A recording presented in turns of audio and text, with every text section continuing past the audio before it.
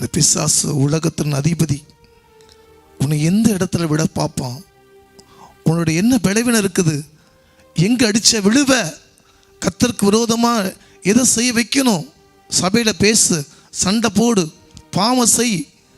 இதுதான் பிசாசுடைய வேலை.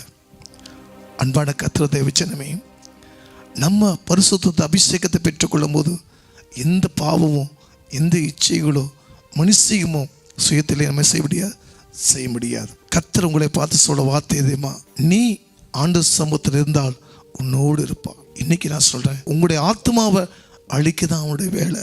ஆனால் ஆண்டவர் உன் ஆத்மாவை பரலோகத்துக்கு கொண்டு போதா இருக்க.